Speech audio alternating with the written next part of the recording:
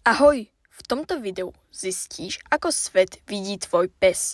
Pozrime sa na to, ako vidia, či vidia farebne alebo nie, alebo si porovnáme psí zrak s tým naším. Psi vnímajú svet úplne inak ako my ľudia. Ich oči sú špecializované na iné podmienky a účely. Väčšina psov má oči nasmerované dopredu, čo im poskytuje binokulárne videnie, čiže dobrý odhad vzdialenosti. Ich zrak však nie je taký detailný ako ten náš. A vidia psi farebne alebo čierno-bielo? Kedysi sa verilo, že psi vidia čierno-bielo, no nie je to pravda. Psi vidia svet vo farbách, ale nie rovnako ako my ľudia. Rozlišujú iba modrú a žltú farbu, teda sú dichromatické.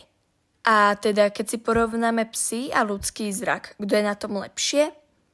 Na rozdiel od ľudí, ktorí vidia ostré detaily na vzdialenosť okolo 25 metrov, psi majú ostré videnie približne na 6 metrov. Psi majú síce slabší farebný rozsah a horšiu ostrosť, ale oveľa lepšie vidia za šera a v tme ako ľudia. A o koľko psi vidia lepšie v tme ako ľudia? No, asi 5 krát lepšie.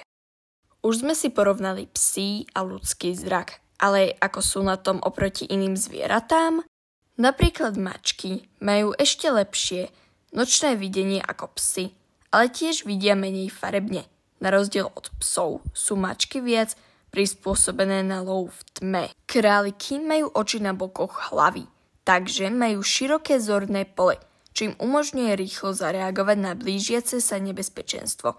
Ich zrak však nie je taký ostrý. A napríklad kone majú tiež oči po stranách hlavy, čo im poskytuje široké zorné pole, ale majú zrak zameraný viac na pohyb ako na detail. Už sme si porovnali psí zrak s ľudským, ale aj s inými zvieratami. A teraz si povieme, aké psi vidia najlepšie a ktoré plemená psov vidia naopak najhoršie. Chrty, najmä anglické chrty, patria k psom s najlepším zrakom. Majú schopnosť rýchlo identifikovať pohyb na veľkú vzdialenosť, čo im pomáha pri love. A naopak najhorší zrak majú buldoci. Majú pomerne slabý zrak kvôli ich plochejším tváram a očiam, ktoré nie sú tak dobre prispôsobené na diaľkové videnie. V akom svetle vidia psi najlepšie? Psi vidia najlepšie za šera alebo pri slabom svetle. Sú prispôsobené na videnie pri súmraku a svitaní, keď je svetlo slabšie, čo je ideálne pre ich lovecké inštinkty. Pre psy je teda najhoršie vidieť pri ostrom a jasnom svetle, napríklad v poludnejších hodinách, keď je slnko vysoko. V takom svetle môže ich videnie trochu klesnúť. Aby sme teda ešte lepšie pochopili, ako psi vidia, poďme sa pozrieť na bunky v ich očiach, ktoré zachytávajú svetlo, tzv. Tyčinky a čapíky. Tyčinky sú bunky v oku, ktoré vnímajú svetlo a pohyb, najmä pri slabom osvetlení.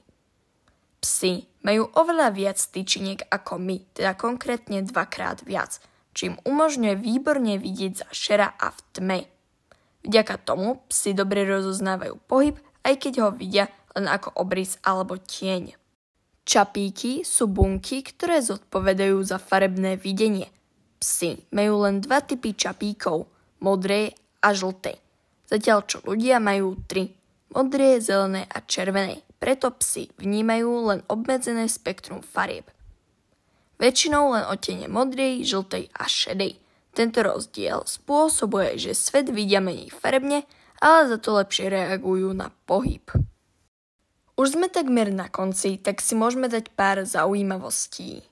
Psi majú v očiach špeciálnu vrstvu buniek zvanú tapetum lucidum, ktorá odráža svetlo späť cez sietnicu, čím zlepšuje ich nočné videnie, preto ich oči v tme žiaria. Psi majú vo svojich očiach tzv. Slepú škvrnu, ktorá je dôsledkom ich tapetumu lucidum, odrazovej vrstvy v oku. Táto vrstva zlepšuje ich nočné videnie, ale môže spôsobiť, že psi vidia pohyb za šera o niečo skôr, než si uvedomia presný tvar alebo detaily objektu. To je jeden z dôvodov, prečo sa psi môžu občas zláknuť niečo nejasného v tme. Spočiatku len nevedia, čo presne vidia. Už sme na konci a dúfam, že si sa niečo nové dozvedel a naučil.